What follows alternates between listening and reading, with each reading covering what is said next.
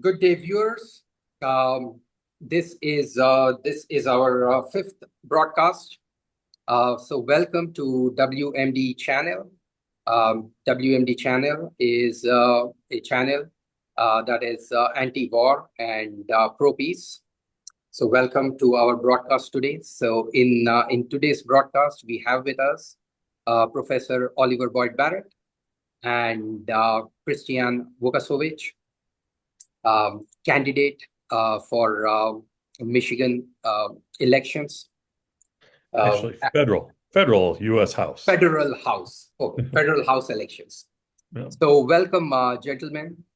So in today's broadcast, we will talk about this week's headlines in geopolitics, starting with Khamenei funeral, which coincided with 250th anniversary of U.S. independence.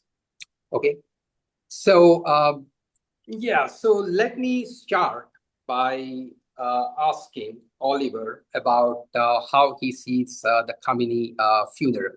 We have seen that Saudis made an impromptu visit.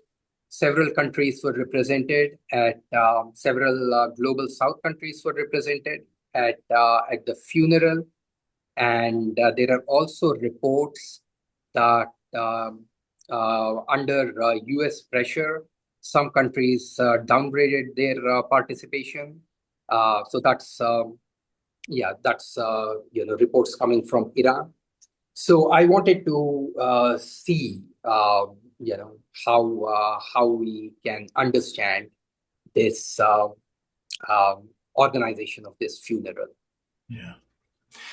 Thank you so much, Samantha, for the opportunity to talk about this. It's probably sensible just to try before I do want to talk about the funeral itself and its symbolic significance. But I also want to acknowledge that we're talking about this on the very day when reportedly Iran has walked away, according to the White House, although that's not a particularly good source, that Iran has walked away from the so-called negotiations. And that today, and I'm fairly trusting of the sources that I'm drawing from here, that we've seen 3 attacks within the last 24 hours by Iran on tankers passing through the Strait. One of those was Saudi, another was Qatari, but I'm not sure at this moment. I'm not remembering who the third one belonged to. But also, since I was reading about all of that just 3 hours ago, more recently I've seen that there have now been supposedly U.S. reprisal attacks on Iranian. So I'm saying this because I think we need to just be very conscious of the fact that yet again we're on the precipice of world war before we get to the funeral, which I also think is very important. Now, I also want to say, and this came up in our previous conversation, Samantha, that the reason why Iran is firing on these tankers is because these tankers, for reasons that are not perfectly clear to us at this point, have chosen to opt for what they consider to be a safe route. What they want to argue is a more internationally legitimate route that gets these tankers out of the Gulf into the Arabian Sea without having to be approved or without having to be registered by Iran. So therefore, in the middle of negotiations, in clear violation, some are going to argue, of the Memorandum of Understanding, which does foresee Iranian control over the strait, albeit that there's a continuing debate about tolls and fees and such like.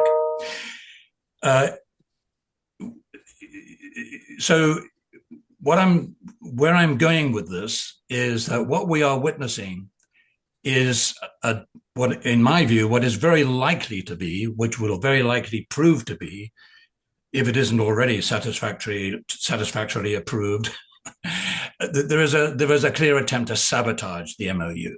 Somebody is sabotaging the MOU. Somebody is sabotaging these negotiations. Oh, could it just be the United States of America that is one of the two major parties to the?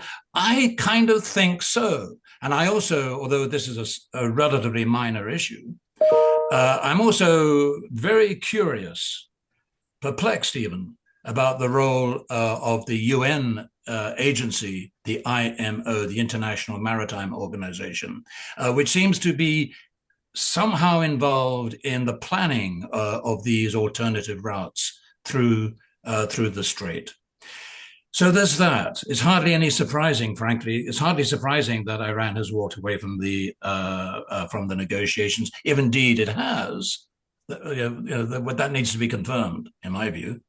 But then again, we've seen absolutely zero evidence of, I'm going to say, US willpower to rein Israel in over one of the most important preconditions for progress on the MOU, which is the Israeli, at least an Israeli ceasefire in Lebanon, leading shortly with leading quickly. The hope was leading to an Israeli withdrawal from Lebanon. Instead, of course, in Lebanon we've seen continuing Israeli aggression, continuing Israeli murder of Lebanese citizens and residents of Lebanon, and in the midst of this, to add to the overall shame that this whole episode casts on our very humanity, you got a pathetically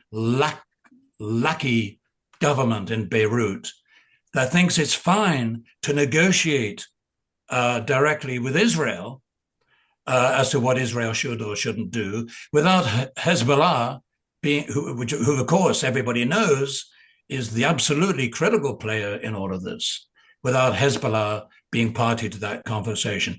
As in Gaza, the killings continue. We've seen this, I think, regrettable collapse of dissolution of the previous Hamas government. I say it's regrettable not because I love Hamas, I actually don't, but because I find that the so-called the Trump Board of Peace is even more odious and evil than anything I can say about Hamas. And also we learned today, we of course we hear every day about continuing Israeli abuses in the West Bank.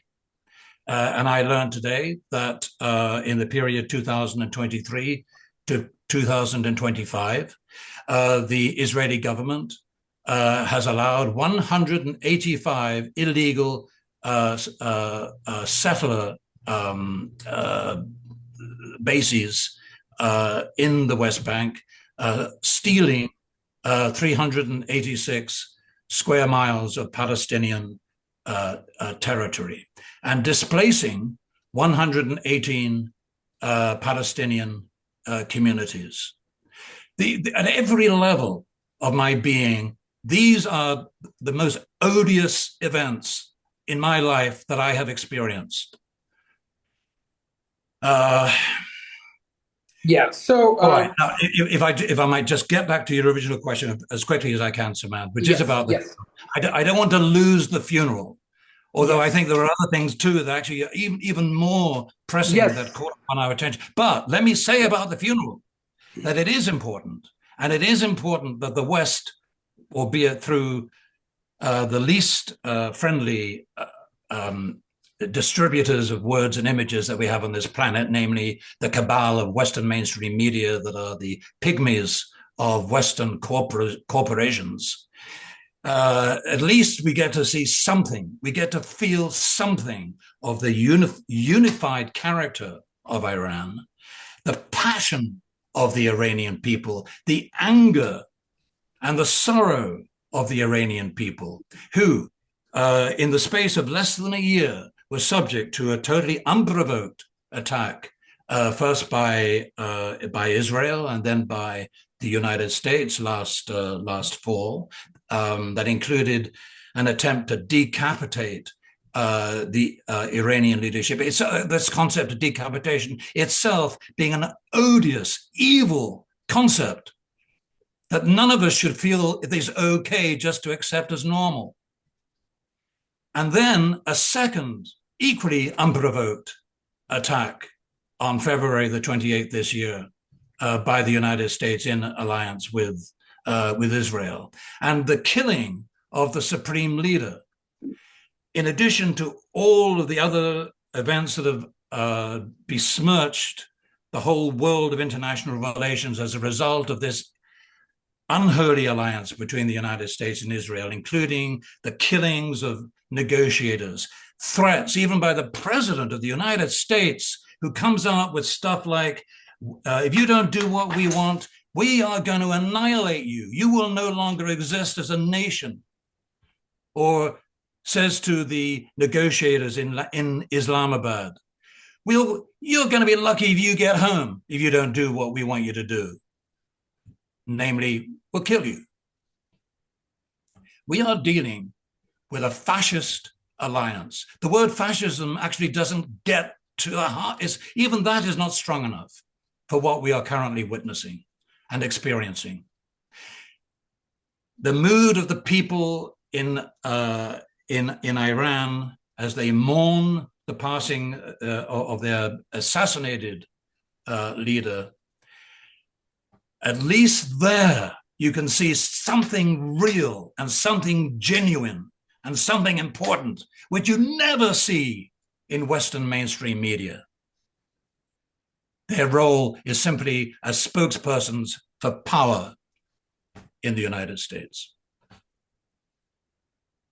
Thank you, Oliver. I think, I think the most pressing issue, as you rightly said, is what appears to be the breakdown of ceasefire with these renewed strikes on Iran, as it's being reported in news right now, that U.S. is launching very powerful strikes on Iran, and it was. I mean, until a few hours back, I guess, it was night over here.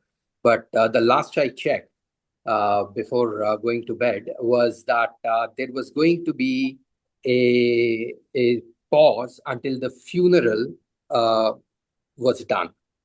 That there's going to be no negotiations, there's going to be no firing. But now we see that it is being said that some tankers were attacked, and U.S. has responded with these attacks. So I think, since this is a very pressing and breaking news, I would like to invite Christian to share his thoughts. And do you see this as a breakdown of the MOU?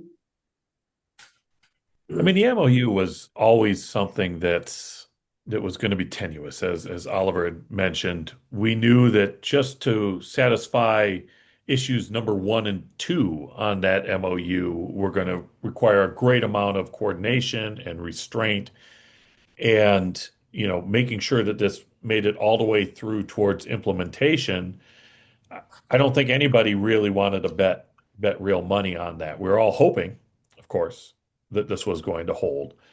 But we understood the challenge of not just the United States is not, the fact that the United States had not gotten anything tangible out of this conflict as a country, I should say, because there are certainly indications across the board that members of the cabinet and of the legislature have managed to profit greatly in an individual basis off of this conflict. And, as a matter of fact, right here in our own district of Michigan, we had a congressman who made heavy investments in defense and oil stocks. That's Representative Tim Walberg, who I'm running against, right ahead of these issues, and then started visiting schools, encouraging children to join the military and fight these wars that he's going to profit greatly from. But as a nation, we haven't.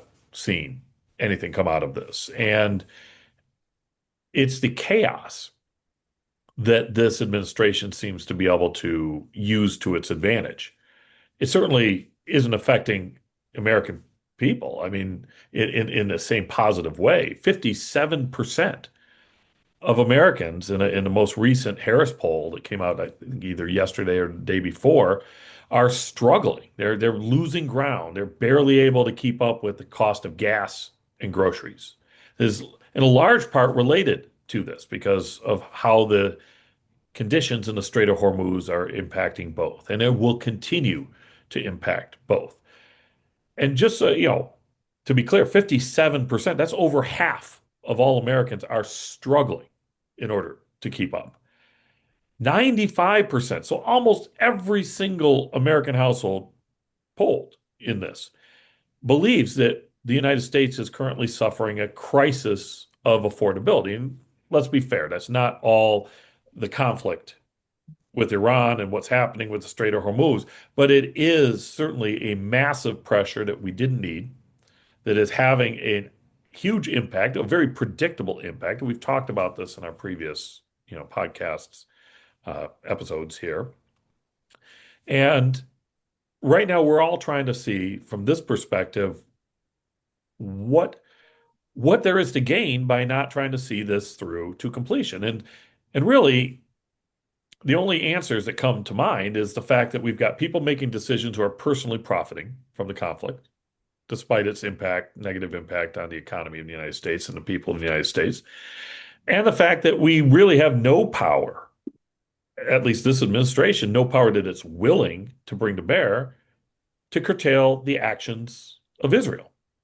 And how Israel, who has already displaced an inordinate amount of civilians from southern Lebanon, over 20% at this point. It's a horrific humanitarian catastrophe right now. They're targeting civilian infrastructure and apartment blocks throughout the country at this point.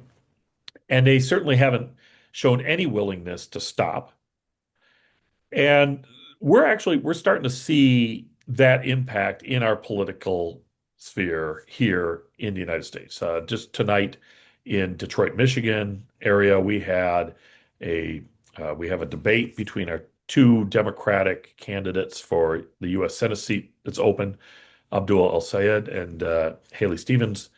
And the issues that are dividing them, there's two major issues that seem to really divide politics right now in the United States, at least within the primary season in the Democratic Party, but it's echoing frustrations in the Republican Party and on the right as well.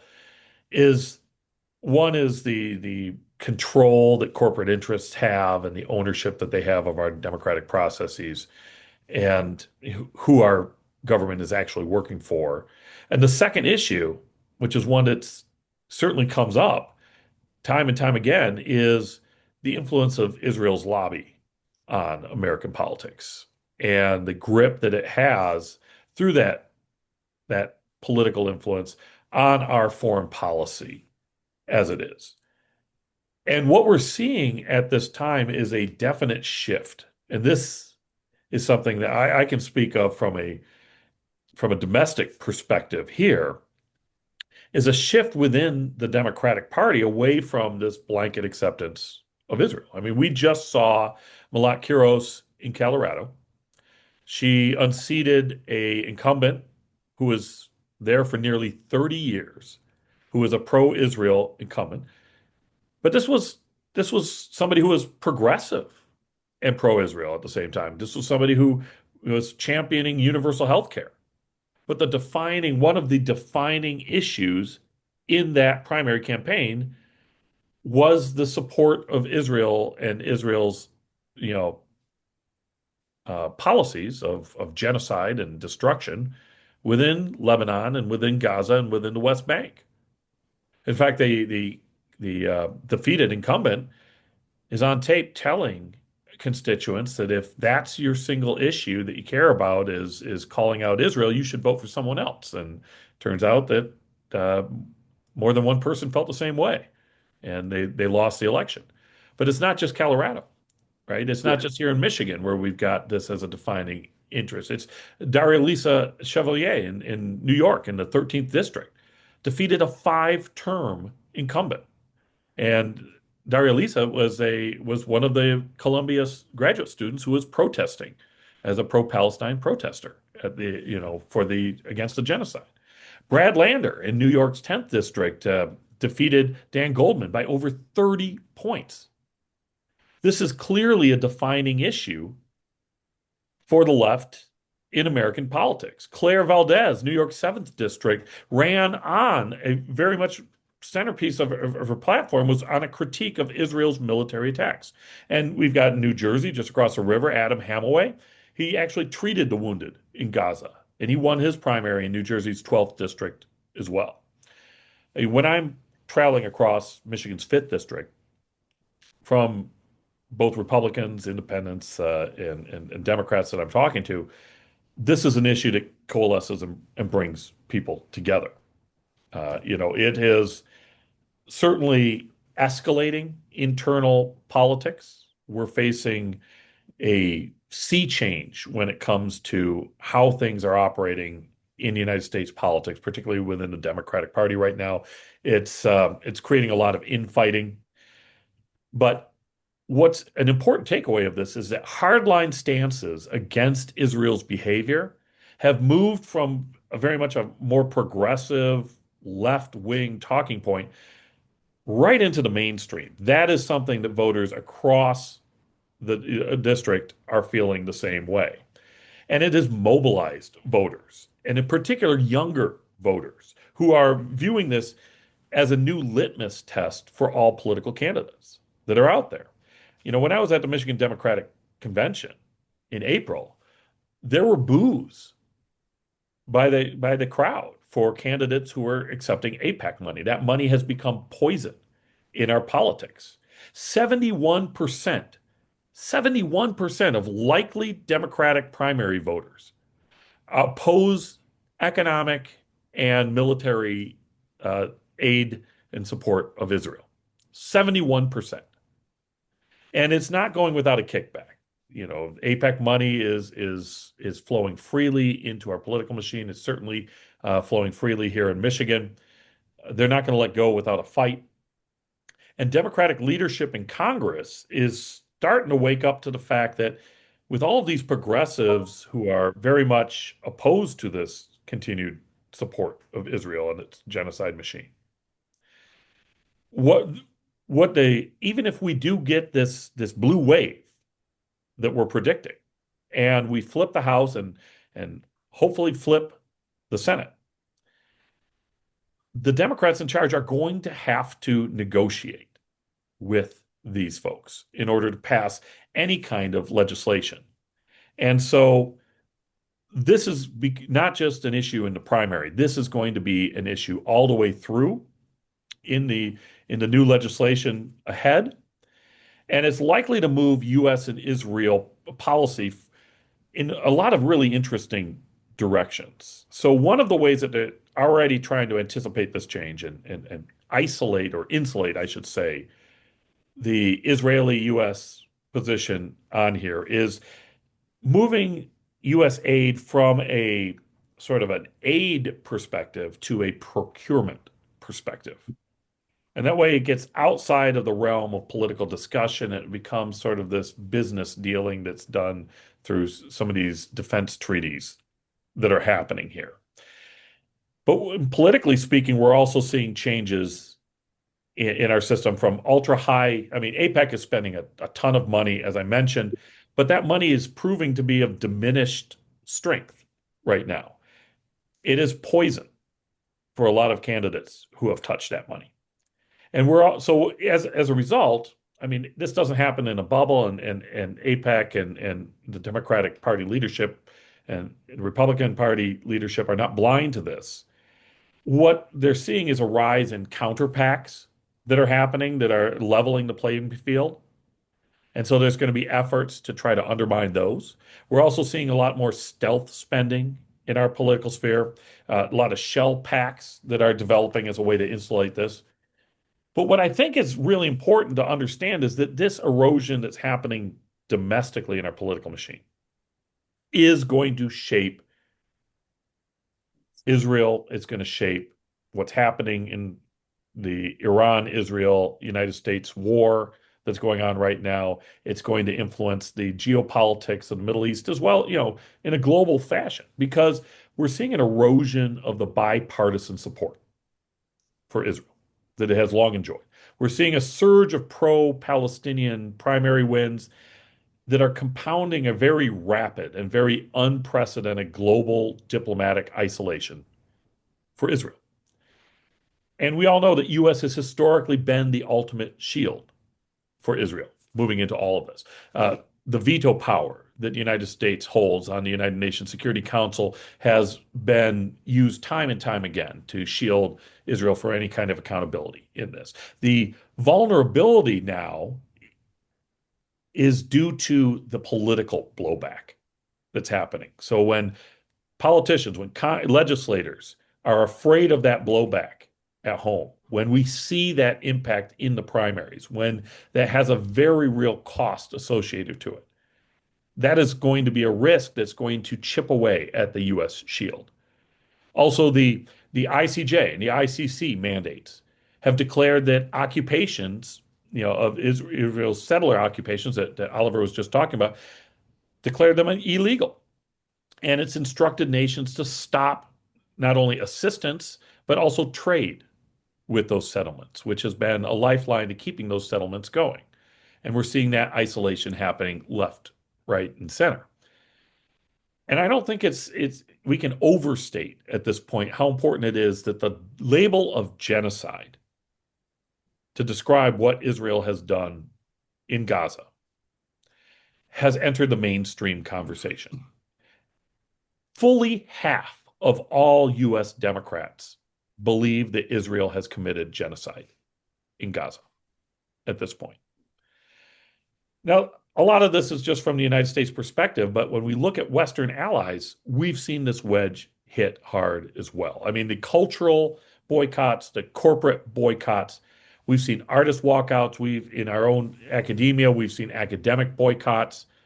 We've seen, just for a high profile example, what happened with Eurovision and the frustrations and the boycotts that occurred with that. But we've also seen government ministers targeted indivisibly.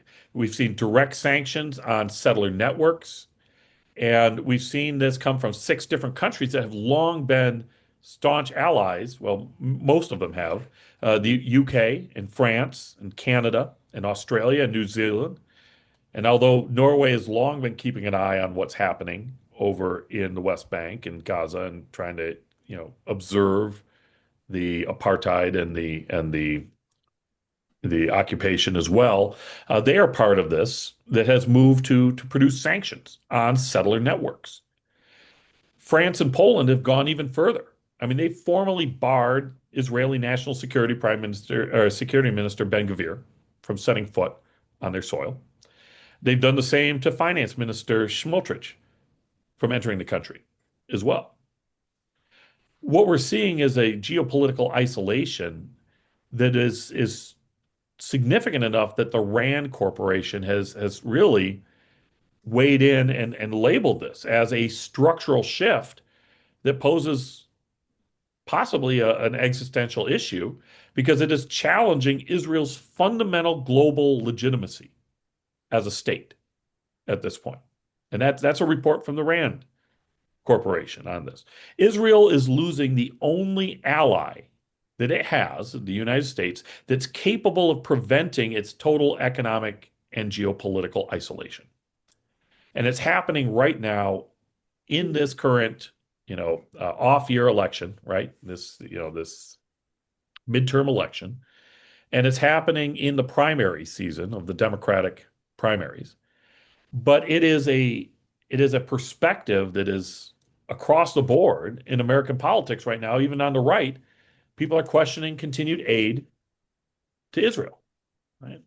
And so I think it's important to put it all into this perspective that what's happening here at home is, and the resilience that's happening in Iran, right, is truly upsetting the tables of our geopolitical reality that we've experienced since 1947, and is something that we are in the middle of a momentous change on that account. Yeah. So thank you very much, Christian. And yeah, so I would like to invite Oliver to share his thoughts on the controversies related to APAC, and now we've seen APAC money becoming poison, as you said. We had competing narratives, one from the president and another from, say, New York mayor during the 250th anniversary of U.S. Independence. Um, so, yeah, I mean, and also, Oliver, and we are seeing, this new breed of candidates, victories in Colorado, New York, and a new candidate in Michigan who's been in news. A different perspective is starting to emerge. The ground beneath, the ground beneath, the basic centrist premise on either side of the aisle is beginning to shift, and also in the same in the same context. As Israel gets even more isolated, Europeans are expressing their dissatisfaction in the region. It continues to be extremely unpopular. Uh, this recent ceasefire violation, it is not making sense. It is not making sense as to whose interest that may serve. As we have seen, the prices are increasing in U.S. and we have also heard from President Trump that when he admitted that U.S. has only 2 weeks of supplies left. So in a way, it did appear that there was their hands were forced to kind of negotiate. So yeah, in context of the developments that have happened in the last few hours, how do you see the conversations within US? Yeah, thank you, Samantha. Really interesting comments from you, and also a brilliant statement, I thought, from Christian just now, as to the very sound reason why people like myself perhaps need to just hold back a little bit and look for a glimpse of hope and of optimism. And that's important in our world, to recognize those when they are actually glinting. So I'm not going to, I don't have any comeback really on those issues so much, Christian. There are several things, of course, one could pick up on. The thing I'm choosing to pick up on is this debate that's been ongoing now for some months, if not years, at least in alternative media space. I'm thinking in particular of the kind of Judge Napolitano type show, which brings together people like John Mearsheimer, who, of course, is the founding father, if you like, of heavy criticism of the role of APAC and its what he, I think, justly regards as a source of corruption of U.S. democracy and above board political process, and people who are somewhat more skeptical, who perhaps like myself, people of my age who are still mindful of the impacts of the first revelations of the Holocaust, people like myself who've had to wrestle over the years, making as best a judgment as we can with respect to those voices that will seek to deny the Holocaust or to minimize the historical reality of the Holocaust, or simply to go along with the mainstream narrative that there was a Holocaust and it was just as dreadful as people say that it was. Uh, and uh, I never want to see that happen again in history. I never want to be accused of being someone who has enabled that to happen again. I don't want that responsibility.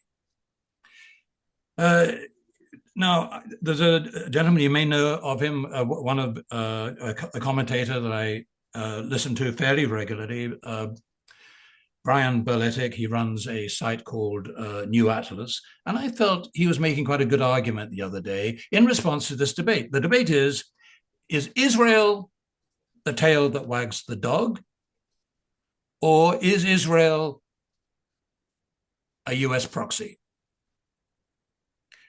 And this becomes really important when you see that Trump presumably has it within his power to cut Israel at the knees and refuse to send any more arms and aid from the United States to Israel, upon which it pretty much depends for everything that it does in its foreign policy.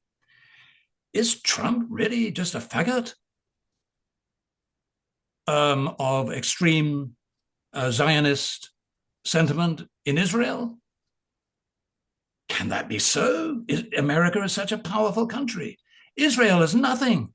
It's a small country, a small population, deeply divided, in many ways a very shaky economy that is truly surrounded by nations that are very skeptical about it, and whose better relations with it in recent times have occurred mainly as a result of US neocon pressure. So I want to come back to Brian Berletic's argument, which is not at all hostile to the concerns of people like John Mearsheimer, nor to the concerns quite rightly expressed by you just now about AIPAC's role on our, well, I say our democracy. I don't really believe it is a democracy, but let's just sustain the pretense for shortness of time and breath. He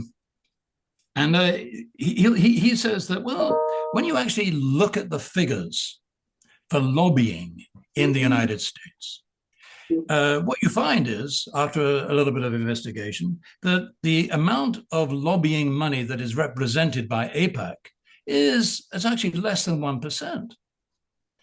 And he says, now, if you look at the major brain trusts, these NGOs that are funded mainly by corporate money to generate ideas and concepts that will then are intended to influence the politicians. If you look at what you find is you're not going to see a whole load of Jewish names. You count up the obviously Jewish influences behind these organizations. You don't find much evidence of Israel or of Judaism. What you do find overwhelmingly is mainstream Western capitalist interest. The people who make all of the stuff that we buy and provide all of the services that we consume, they are the ones who put the money in to this political process. Sure, we shouldn't underestimate AIPAC. It is a very clever and shrewd operator, that is for sure. But do we really want to make AIPAC? Do we really want to make Israel? Do we really want to make Judaism? God forbid. Do we want to make Judaism the culpable party? Yeah, this is so, that's when you see the slippery slope. You kind of see where this kind of thinking can get you if you allow it too much influence over your mental scope. So I then, from that kind of analysis, that kind of thinking from Brian Berletic, I'm even more sympathetic to his view that what we have here is an empire. Yes, it may be a fading empire. It may be a declining empire. But shit, you look at the figures, look at the statistics, it is still the empire. If it wasn't, well, then the world would be a very different place. And the empire uses what proxies it will use to achieve. And it's not just Israel, although Israel is a startlingly interesting case of a proxy, of an imperial proxy. But we've got loads of others. Look, for example, at Al-Qaeda. Look at the kind of terrorist organizations that are represented in the personality of our latest illegal, unelected leader of Syria. He's there as a result of so-called Islamist, extremist Islamist forces that are receiving money from many, many different quarters, including from the intelligence agencies of the Western countries, because they serve Western interests, and they are easily manipulable because they always need money.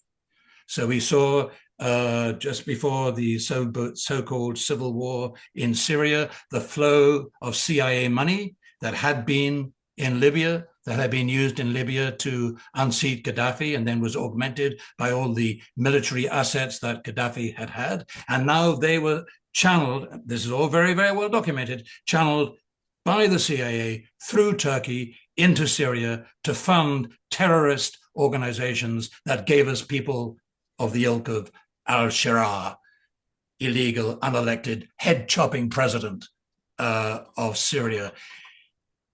I recommend Belletti because he's the only person I know who keeps a very sharp eye on all of the strategies that the United States has deployed over the last 2 decades to contain China. We want to understand Iran. You also have to understand the US coming war on China.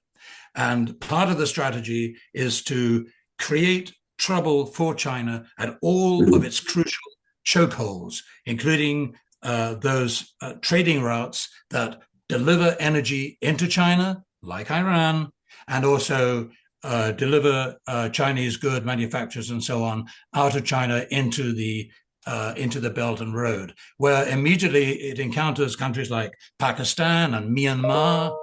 You find terrorist organizations being funded by all kinds of weird and wonderful sources, including Western intelligence agencies, and whose life basically is to bomb pipelines and other such routes that create these trading links by China to the rest of Central Asia and to the rest of the world. So I'm going to come back, and I'm sorry that I've been a bit long-winded about this, but I think going back to AIPAC and going back, I'm so glad,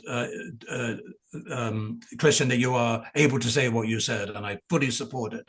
And I fully welcome this breath of fresh air that this current electoral cycle seems to be bringing to us. But I am also wary, in the light of what I have just said and just argued, I also want to be wary. Let's not just make it all about Israel, and even worse, let's not make it all about the Jews, because that is definitely an unsavory route to take. Thank you, Oliver. Yes. Gentlemen, if you don't mind, I just would like to add one last point to help emphasize the importance of what Oliver just said. Is before Israel became the major partner, or as we talk about proxy here, for the United States in the Gulf region, we need to remember that before the Iranian Revolution, Iran served that role through the government of the Shah as our major proxy in the region as well. And that kind of helps to put into sharp focus exactly what Oliver's talking about and the interest that empire has in projecting its strength through these sorts of client relationships, partnership relationships, proxy relationships, whatever you're going to call them, and that we shouldn't be looking to see any change in that sort of relationships building in the region anytime soon, in that matter. Yes. So thank you.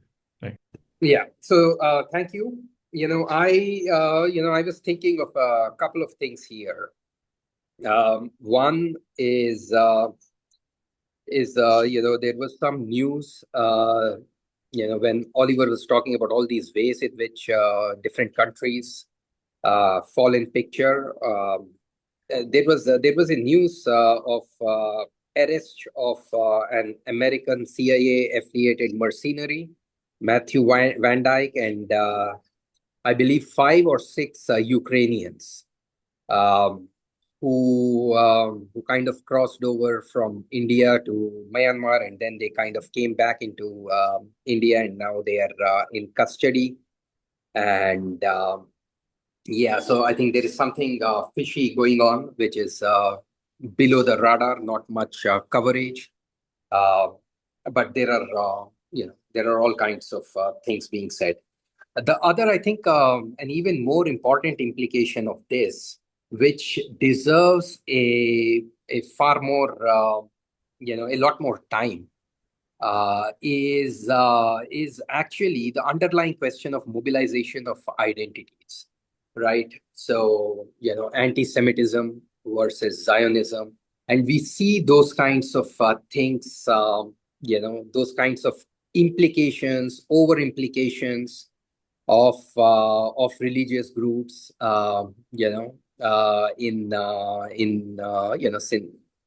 for a while now. So that's definitely an issue that I very closely look at, and that is definitely an issue where I think we should talk, so that it's because it's not the people, right?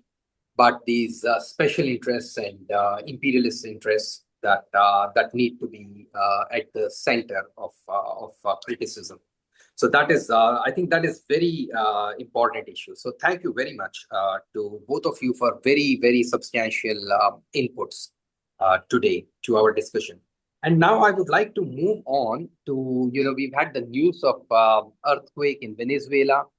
And so Oliver, I would like to ask you about Latin America. We have seen, particularly with this administration in US, to the blockade in Cuba, that is not being talked about much, because unfortunately there seem to be far more atrocious things happening. And it's quite atrocious that they are suffering from shortages of electricity. Cancer operations have been postponed, and it's really struggling. There is a humanitarian crisis brewing. There has been a thinking in this administration that Western Hemisphere, kind of the Donroe doctrine that is being circulated, that Western Hemisphere remains the sole remains under the sole control of United States. So I wanted you to turn your attention briefly, or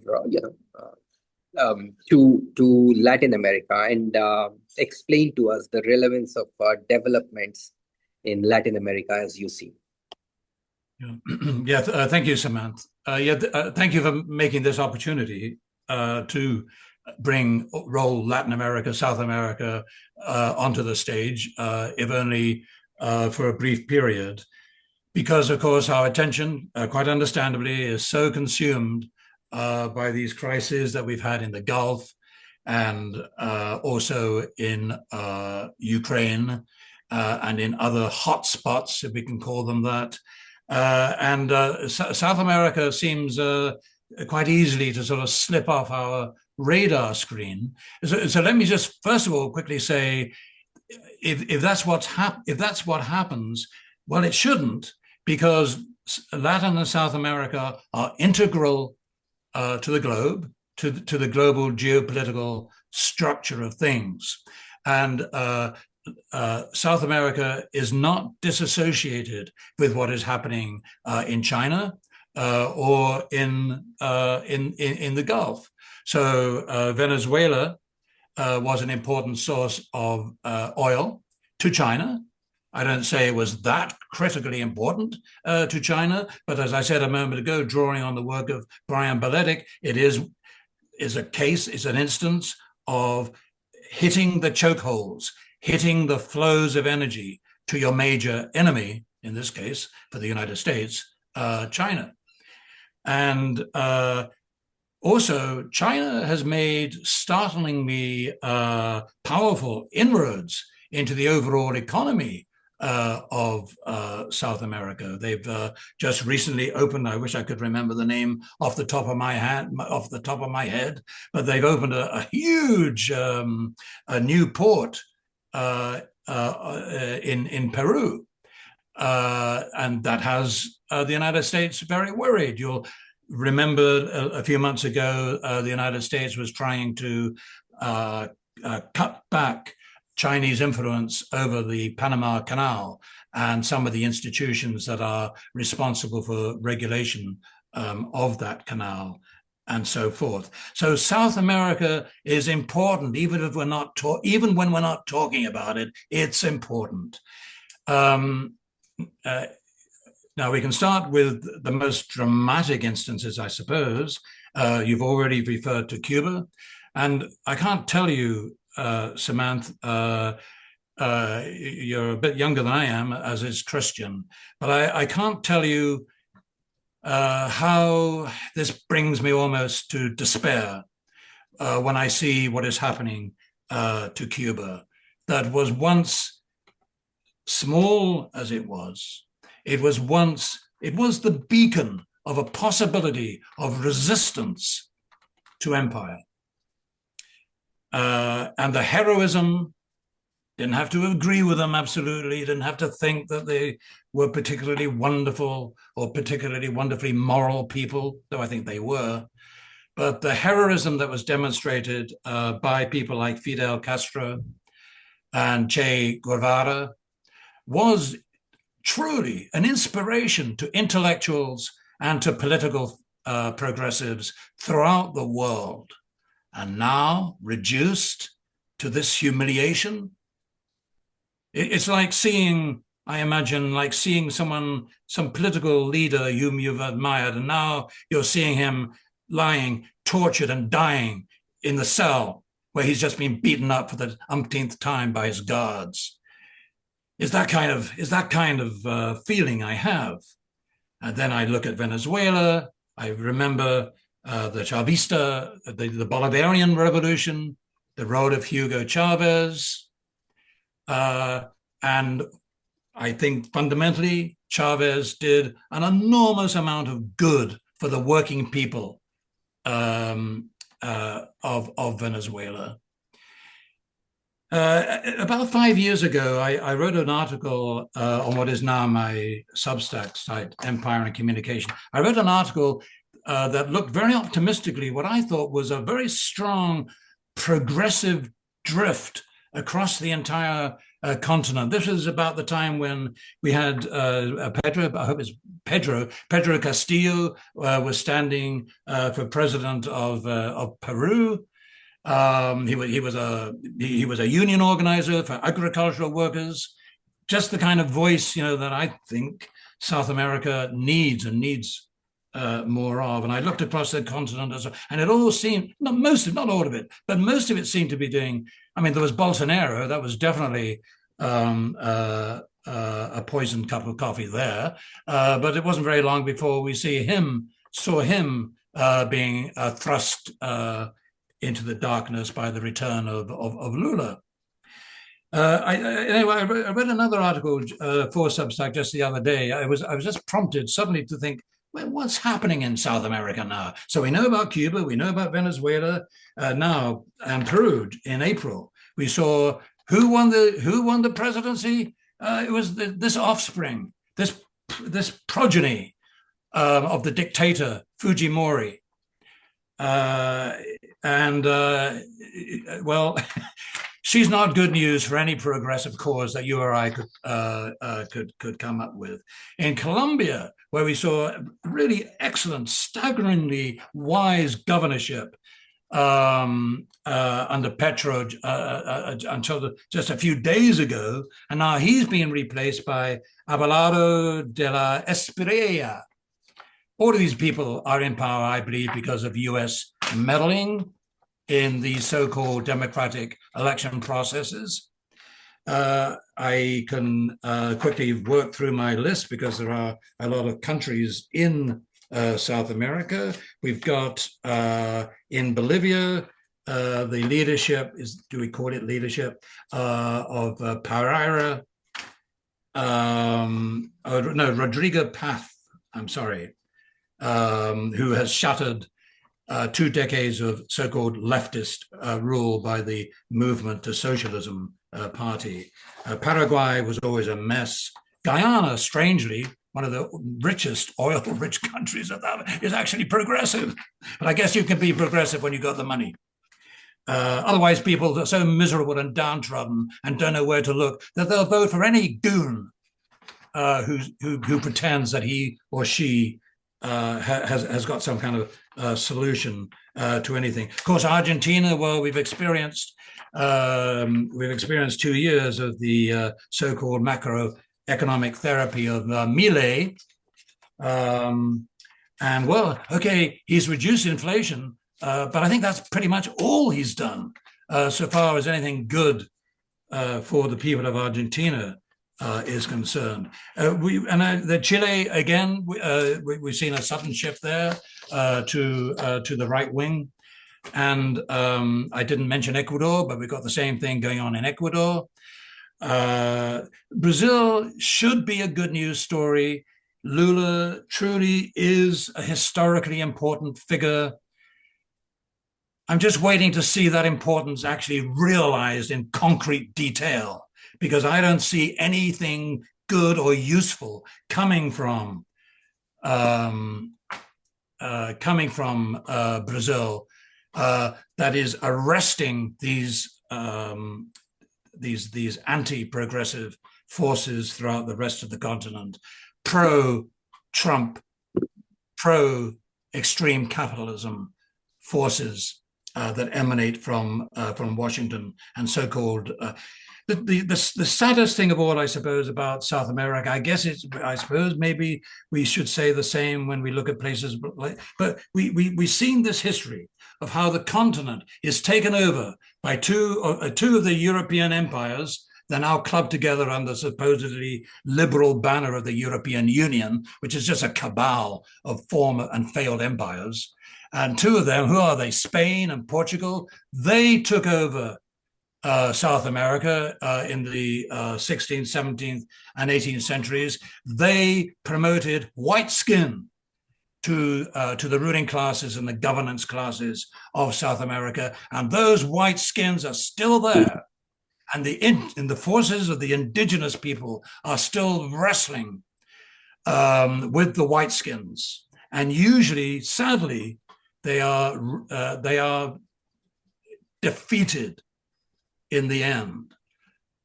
But those of us who call ourselves progressives don't just give up because of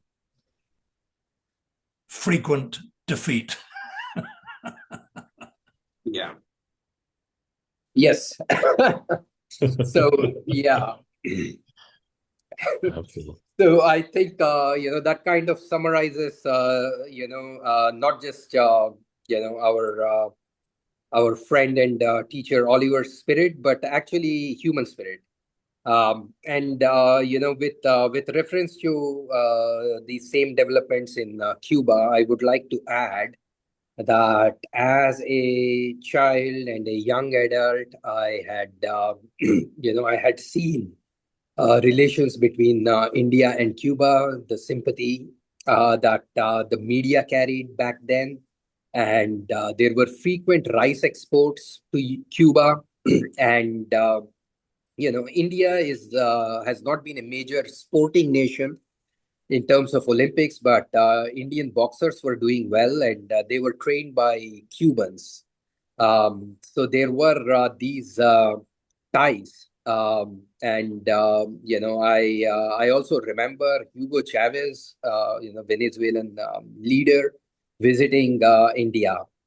The point that I'm making is that there is some kind of recolonization of foreign policy, I must say, very unfortunately. when we see those connections not mattering much in contemporary times.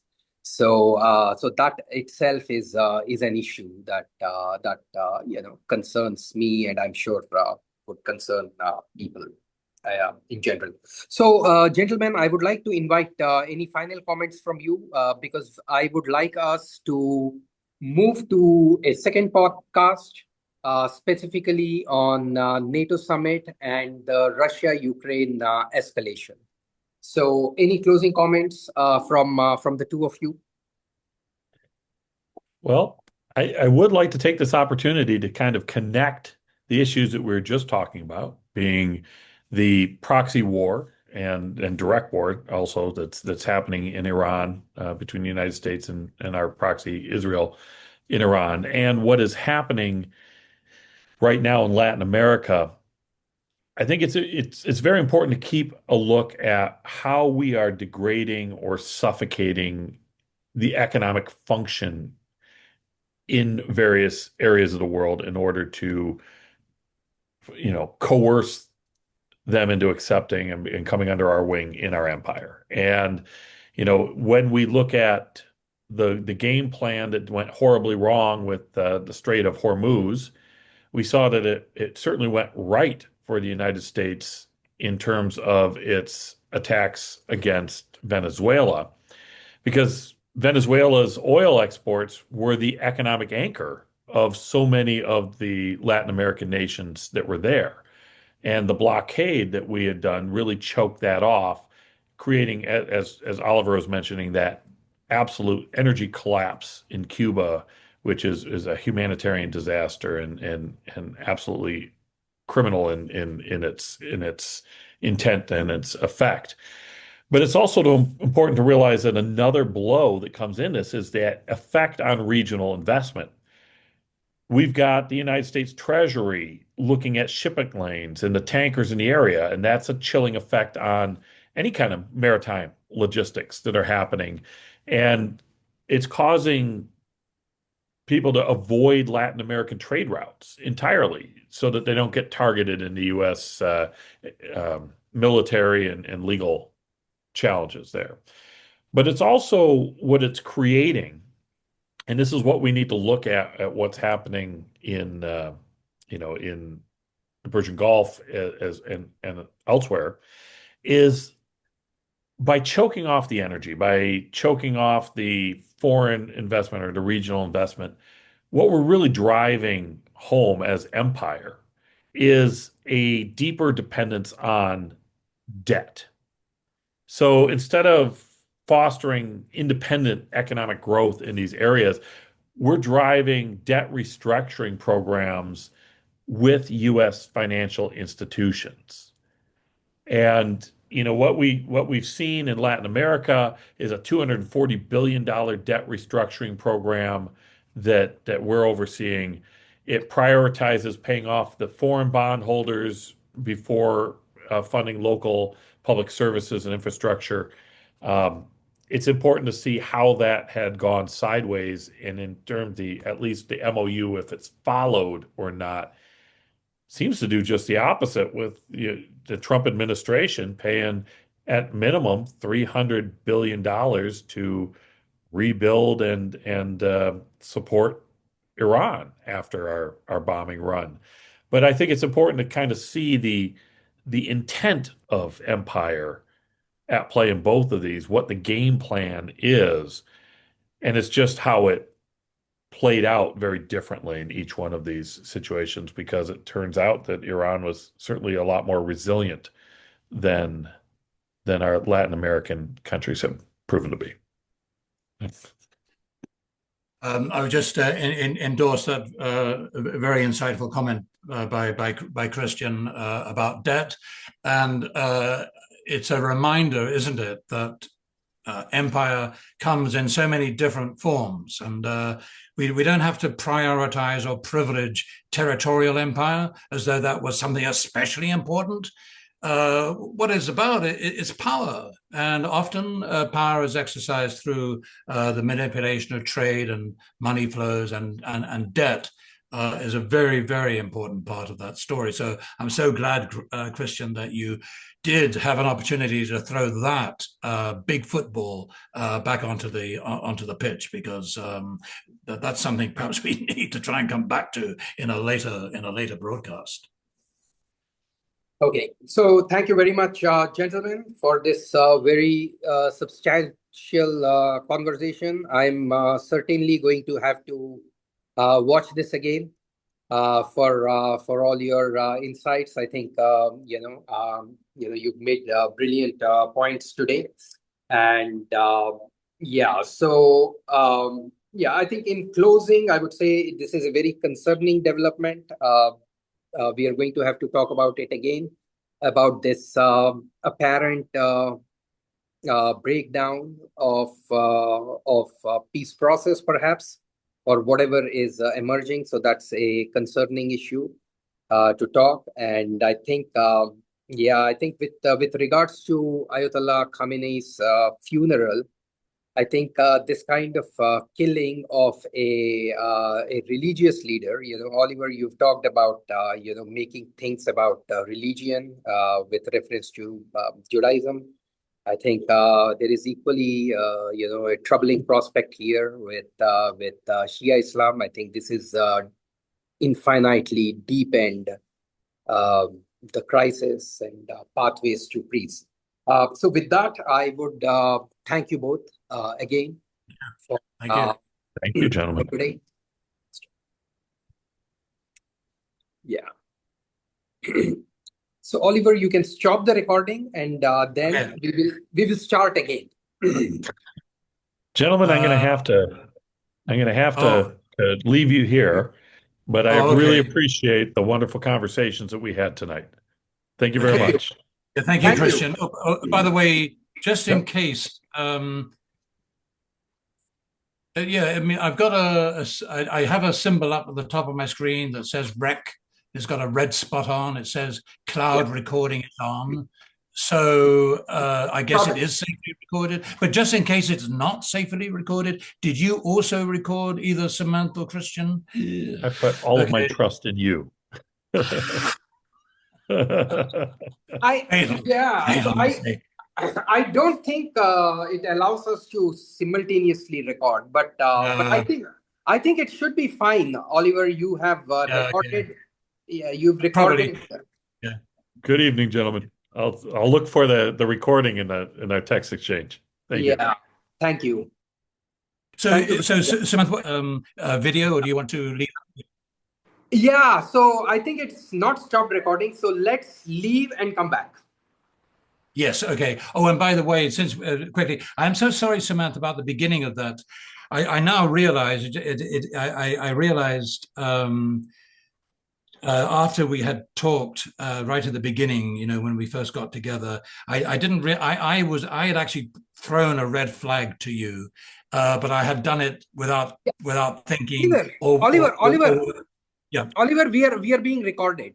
So let's stop this and come back. Okay.